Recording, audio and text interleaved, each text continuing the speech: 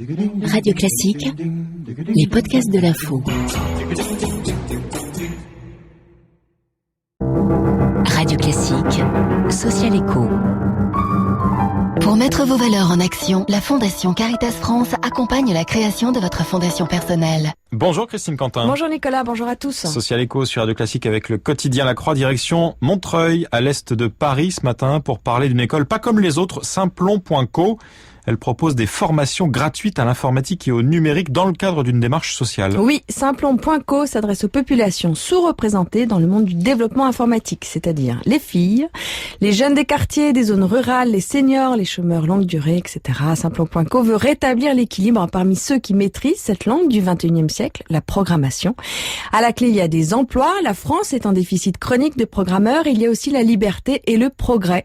Simplon.co accueille aussi des porteurs de projets numériques à vocation sociale. L'école s'est lancée il y a 5 mois avec une première promotion de 30 personnes, dont 35% de filles, un record dans le secteur, et 10 nationalités. La formation est intense, on y apprend à coder en 6 mois. Qui est à l'origine de ce projet et d'où est née l'idée ? Alors l'idée vient des bootcamps lancés il y a plus de 5 ans par les entreprises américaines pour combler la pénurie de développeurs. Le principe est celui d'une formation accélérée et immersive à l'attention de débutants, pas uniquement de futurs développeurs, aussi bien des responsables marketing, des avocats, mais qui viennent apprendre cette seconde langue en fait pour intégrer des startups et pouvoir comprendre l'environnement, faire des interfaces intelligentes.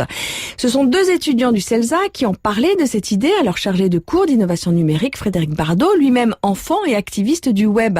Ensemble, ils ont validé cette pédagogie, l'ont adaptée sur 6 mois et ont construit un modèle pour que son accès soit gratuit. Concrètement, Christine, comment fonctionne l'école et la formation ? Alors pour être recruté, il faut tout de même avoir une aptitude à la logique de programmation et donc effectuer quelques exercices tests.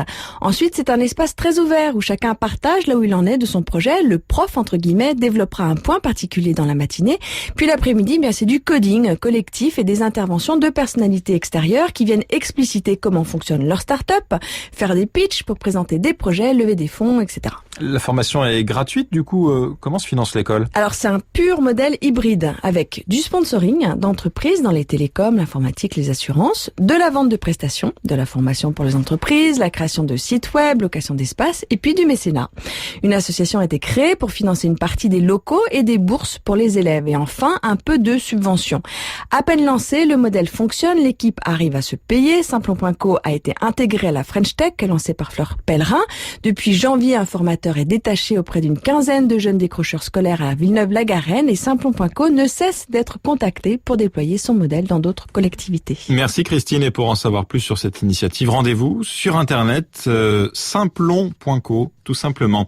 Un mot des invités de la matinale. Hubert Védrine à 8h15, l'ancien ministre socialiste des Affaires étrangères, sera l'invité de Guillaume Durand en partenariat avec LCI. La météo de ce mardi 11 mars, Laurence Gontier, encore du beau et du chaud.